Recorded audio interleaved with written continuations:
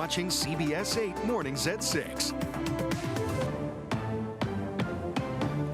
Protests continue in Iran overnight as President Trump now gets ready to discuss options with his national security team today. Thank you so much for joining us here.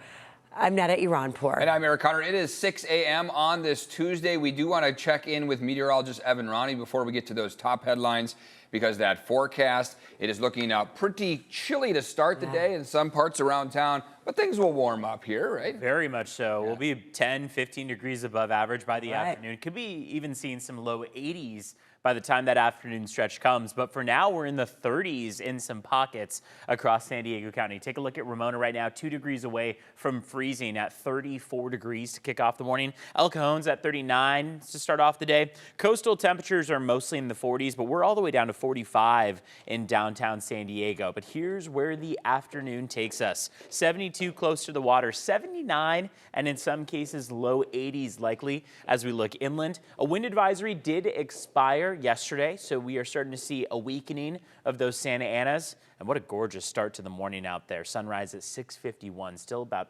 45 or so minutes away. Want to send things over to Vanessa Paz. Already 6 o'clock hours slow out there. Yeah, you showed a gorgeous shot. This is not so gorgeous. This is the 15 in both directions right at Pelicita. One second, like turn on my mic. It is on.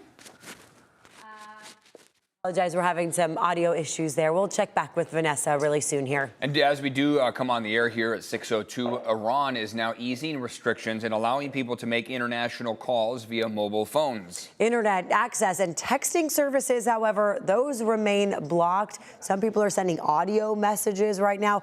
Later today, President Trump's national security team will be at the White House to discuss Iran. The meeting comes amidst news that hundreds of demonstrators in Iran have now been killed. Thousands of people have been imprisoned. Many of those face execution, all as a result of ongoing protests to overthrow the regime in city streets. CBS's Bradley Blackburn following the latest developments. Today, President Trump is expected to discuss updated options on Iran with his national security team, according to several sources familiar with the matter. Two defense officials also tell CBS News the president has already been briefed on a wide array of military and covert tools. We're looking at some very strong options. President Trump has repeatedly threatened to strike Iran over its violent crackdown on recent protests, even as he says Tehran seeks talks. Diplomacy is always the first option for the president. With that said, the president has shown he's unafraid to use military options if and when he deems necessary. On social media Monday, the president announced a 25% tariff on goods from countries that do business with Iran immediately. Iran's biggest trading partner, China, expressed opposition overnight, adding that it will take all necessary measures to safeguard its interests. U.S.-based activists say hundreds of protesters have been killed and thousands jailed since anti-government demonstrations broke out more than 2 weeks ago in Iran. Iran's foreign minister says his country is both ready for war or talks with the U.S. Bradley Blackburn, CBS News, New York.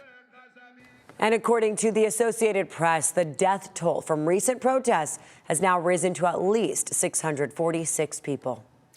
This just in here, inflation remained elevated in December. New government data released just moments ago showing that prices rose by 0.3% between November and December.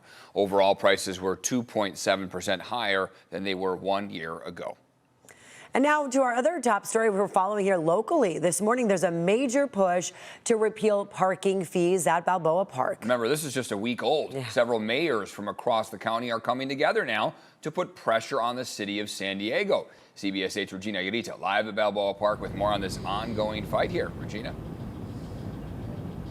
Yeah, guys, good morning. And mayors across the county of San Diego are asking city leaders to roll back the newly implemented parking fees at Balboa Park, saying the charges are unfair, they're economically harmful and unpopular in the public's eyes. So take a listen to what some of the city leaders are saying.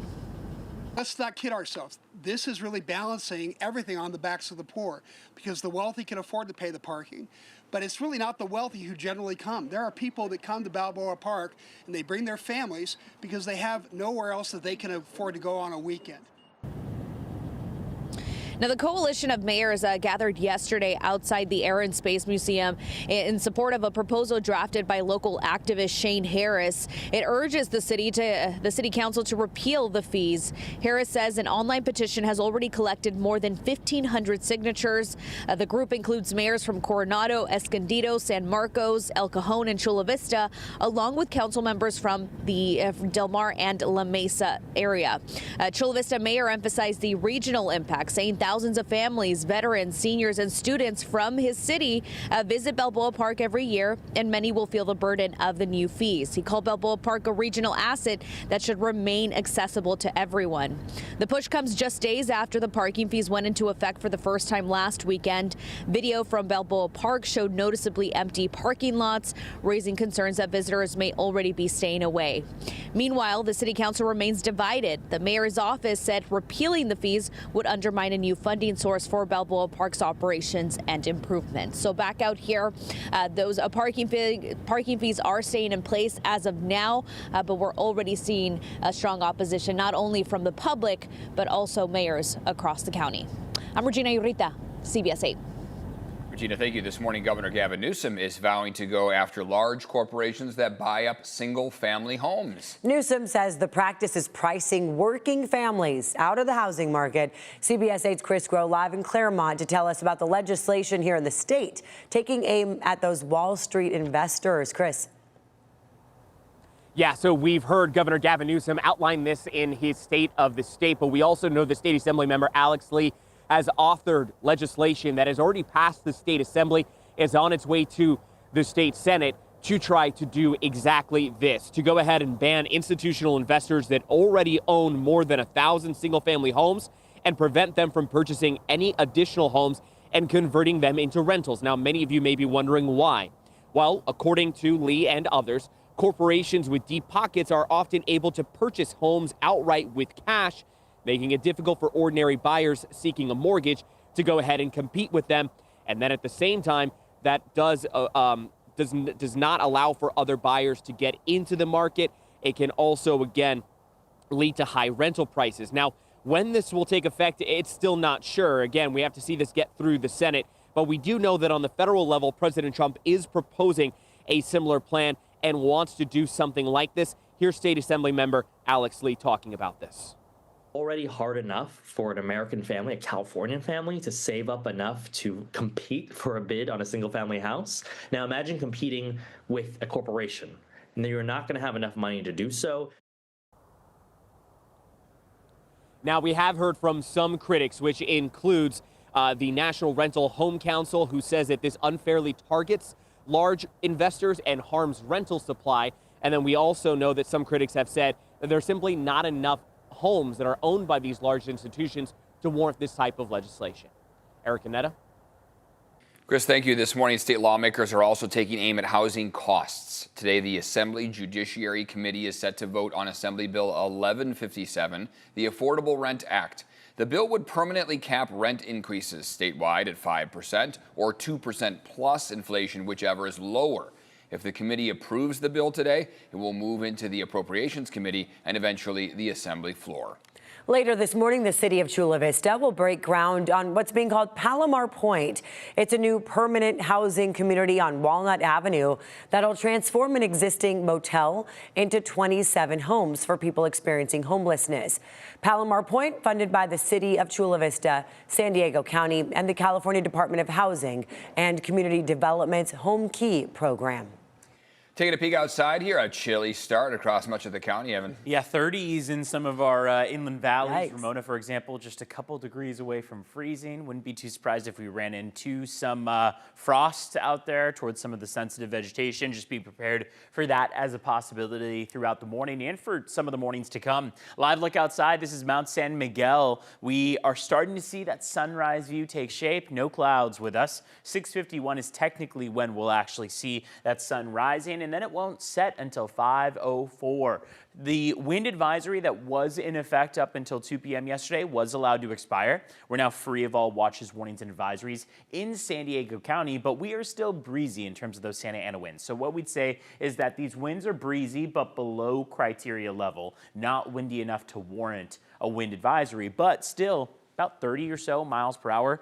As far as your wind gusts go, sustained speeds right around 20 miles per hour. Santee and El Cajon expected to hit the low 80s this afternoon, about 15 degrees warmer than where they typically would be. 77 for La Mesa and Mira Mesa, 75 for San Diego, 66, much more mild in La Jolla. Looking up toward North County, 68 in Encinitas, 71 in Carlsbad, 77 in San Marcos, and 79, just a degree away from 80 for Escondido and for Poway. The mountains and deserts are definitely a bit more mild. Look at Mount Laguna, for example, 57 degrees. They'll be warming up, though. The next couple days are getting warmer for the mountains and the deserts. Yesterday, we made it to 70 in downtown San Diego. Average would be 67, so we still stayed above average, but we're kicking off this trend of likely seeing daily afternoon highs in the 70s, even out by the coast, some 80s as we look inland. Vanessa is back with us, checking in on traffic. It's this backup that has been causing an issue in North County, right? Yeah, in the North County, we're tracking a pretty big crash involving about 4 to 5 or potentially 6 cars.